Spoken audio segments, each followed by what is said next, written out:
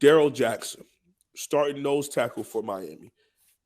He's from a smaller town outside of Tallahassee. And so he left the University of Miami to now go to Tallahassee.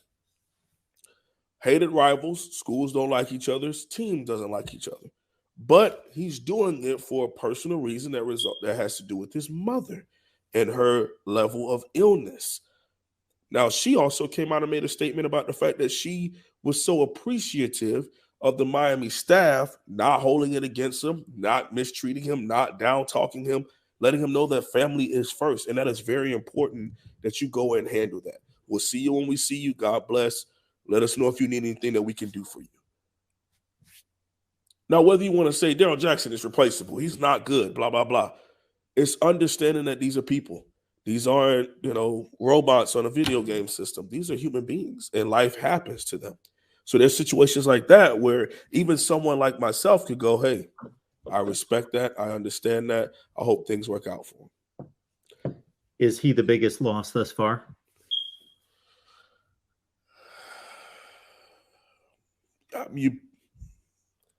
Maybe.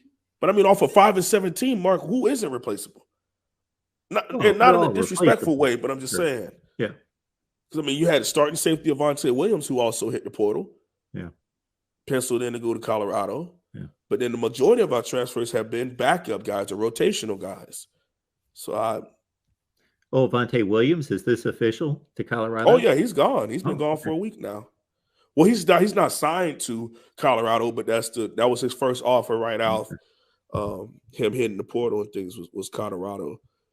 Yeah, the two names that hit me, and I forgot about Avante Williams. So obviously he was a good player, but really a top level prospect coming out of high school, of course. Absolutely. But besides him, the two that hit me were Darrell Jackson and Jalen Knighton as being productive players.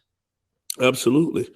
And for those of us that have covered the program, I've been covering the program since when they were getting recruited, especially Jalen Knighton getting recruited as a sophomore, maybe even a freshman. I've been covering the program since 2018. So he might have been a freshman at that time or a rising sophomore.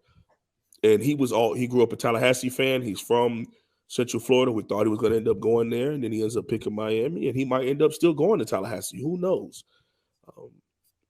But there comes a point where Coach Cristobal has let it be known that this was going to happen. None of us thought about it as far as starters. I would say for me, I thought it was going to be a bunch of rotational guys that felt like they should be given more PT or that they've earned more playing time and coach is trying them and coach don't like them because they're not from Miami, whatever excuse they want to come up with for why they weren't getting the job done at University of Miami. But again, there's going to be a percentage of young men where that fits it. There's a percentage of young men where it's, hey, you were the only 6'5" South Florida or Florida young man who plays defensive line that we need to go out and get a nose tackle, and we've kind of over recruited you. So it's good that you can go and find a place to play because you won't be able to play here. That happens sometimes too. It also happens where young men are just knuckleheads and, for lack of a better term, assholes, and coaches just don't want to deal with that anymore. And now the young man can say sayonara, the coach can say sayonara, then they can just walk away. So it works out on both ends, in my personal opinion. Some of them didn't feel too good to see. I really liked Gilbert Frierson. You know that. I was a big fan of Gilbert Frierson. I also felt like we could have found a way to use young men like Jalen Knighton and Thaddeus Franklin Jr. a lot more, but it didn't happen. I also like Elijah Roberts. He was one of my favorite recruits coming out of high school, out of Miami Columbus, and our head coach and general manager are Columbus guys, so I thought that would be a connection there. His parents are big fans of my channel, and they come in and support the channel all the time, so I was rooting for him. Brian Balaam earlier today, rooting for that young man. So you want to see them go off and do well for themselves. Again, for me, I don't wish people ill will unless you play for Tallahassee. So that's about it.